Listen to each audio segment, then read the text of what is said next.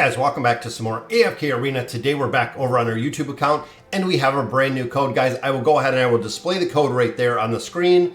That way you can see it and get the new code. So the new code does yield us just a little bit of resources, but you get an elite hero out of here. So you're guaranteed an elite hero with this code. You also do get 300 essence, which is very cool because that will help your progression when it comes to leveling up. Now in today's video, we're going to continue our expedition of the King's Tower. I've made a little bit more progression in here. We have been pushing levels every single day. That is right, guys. The World Tree, the Forsaken Necropolis, and the King's Tower, Inferno Fortress. We have been pushing these every single day.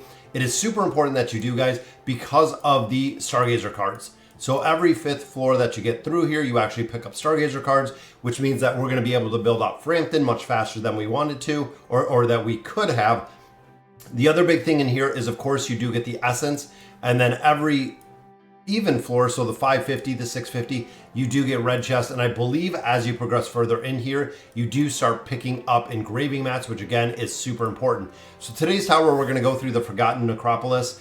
This one is the Graveborn Tower. Now within here, guys, we're getting pretty limited on floor 552, 552. We're getting pretty limited with the builds that we have or the available formations. You can see right now we're on 549. So we're on level 549. Here we have a 650, a 628, a 636, and then 502. So this player absolutely crushing it. Has a pretty low elder tree overall. But one of the big things in here, this is a formation we're going to use, is some of the heroes that we utilize within here work incredibly well, but a lot of players do not have them built. Like Treznar. Treznar is a relatively new hero. A lot of players don't have him built. Desira is a very, very powerful hero. Definitely have to build her out. Hodgkin, another one. Hodgkin not only performs an incredible job with crowd control, but he is also a buffer for the entire team, which is super helpful when it comes to building them out. So just like we've done before, guys, set your formations. Go ahead and do the auto battle feature, because I'm sure at this point you have made it far enough to do this auto battle feature. And again, every single level right there is Hodgkin's crowd control. You've seen all of the enemies actually running away terrified. I know Nara I need to build up a little bit higher, but just took out Silas right there, which I love. Boom, trying to kill out Isolde. Some of the heroes that are incredibly difficult to kill, Almas and then Isolde is another one. When they scale, if you get them to scale, it is incredibly, incredibly difficult to kill those heroes because of the healing ability they have. You have to be able to produce enough damage to actually get those targets down, which again is incredibly difficult when those heroes start scaling.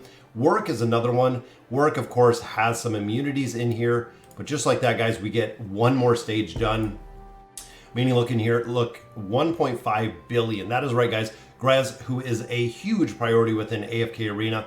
Absolutely, guys, building them out is huge. Oden, the exact same. I do need to get Oden's engraving a little bit higher, not only for the stats, but also for the overall damage that he can produce out of there. I'm not sure if it shows. I don't see a way to look at the first floor, but there is one more floor done and one more floor closer. So we will look for that exact same formation. And some players do run three or four. Not exactly sure the logic between here. The only thing I can think is the energy regeneration factor, but there are a lot of heroes that only run 3 or 4 heroes within here, which again, that's the only logic that I can think. Heroes like Hodgkin though, again, when he puts up the ship, this is his big buff. He has crowd control in here. In my opinion, there's no reason not to run a 4th hero. I don't, again, the logic behind it, I'm sure one of you guys might know or share in the comments exactly why we would not run the 5th hero. And some of these guys, what I've noticed as well, is a lot of players are utilizing the Thorin Cheese. So even though this is not the Thorin Cheese comp, a lot of players have been very, very reliant on the retaliation ability that Thorin possesses to allow them to do an incredible amount of damage with the damage that he takes. Now looking here, guys, I know our level deficiencies are not too crazy high, but we need to get, as essentially in here is Isolde to scale. That is really the biggest thing in here. If Isolde can scale, guys, he is another hero that is incredibly difficult to take down. Like we seen earlier right there, Isolde gets 5 kills. Once he scales, 1.67 billion damage, but 511 million healing. That is right, guys. He is an absolute machine. Now, I know when it comes to the campaign itself, a lot of players do not use or do not run Isolde. There might be a point that you do need to build him within the tower. I know between all the towers, we've built an incredible amount of heroes just because that's what you need, guys. Again, when it comes to a lot of different formations, when it comes to a lot of different heroes, they might only have the one place or the one place for the functionality that we see. Just like Isolde, he destroys this tower.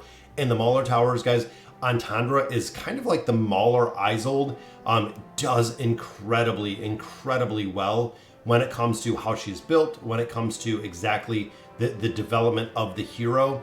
Works in a very similar manner, has an incredible amount of damage, also does an incredible amount of self-sufficient healing, which is the reason why we do really push those. So boom, another tower level done. 555, of course, this is going to be our Stargazer cards. So when we do our video tomorrow, again, we're going to have more Stargazer cards to go ahead and push through here and actually be able to finish. Daemon actually comes out for this one, which again is kind of interesting. Daemon's another hero, guys. Easy to work with, super efficient. If you want kind of the efficiency of a hero, Daemon is probably one of the most efficient or most consistent heroes. Same thing that we see with like an Olnag-Rez combination. He is super reliant within the formation. This one again takes a little bit of RNG because you have to get Isolde to scale. If Isolde doesn't scale, if he dies early, it'll actually just be a defeat. But we definitely have to get him up. And it looks like he's at the point. Usually about 30 seconds in is the good scaling point, especially if you have signature item built out, if you have furniture built out, everything of that nature. But there is 5 more cards right there, guys. And again, absolutely best quality of life that they did was changing up the formations. Now I don't have to use all of these different configurations to actually get through here. I can just go with the team in there, and also it equips the artifacts. That's the other really big thing here, making it incredibly easy to go through and run the tower. Also with the auto battles, like we said before, guys, set the auto battle. So if you're running on a PC like I am, I use BlueStacks to play AFK Arena. Set the auto battle to run. You don't have to sit here and actually run it or watch it for half an hour, 2 hours. You know, AFK Arena is an AFK game by nature. Just set the auto battle and just let it run to go ahead and continue this. I did it last night with actually the Hypogean Tower, and it worked again incredibly well.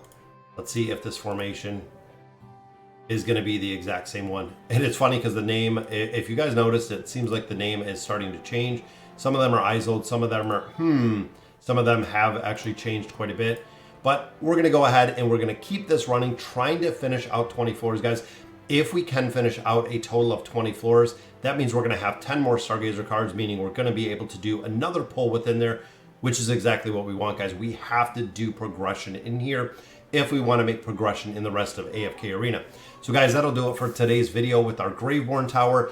Like I said, definitely push the tower, guys. I cannot stress it enough how important it really is to push these towers because of all the loot that you get in there. And this team looks like it's going to be a little bit tougher due to Isolde in there and also because of Torn. But again, let me know in the comments what you guys think. And as always, thank you guys for watching.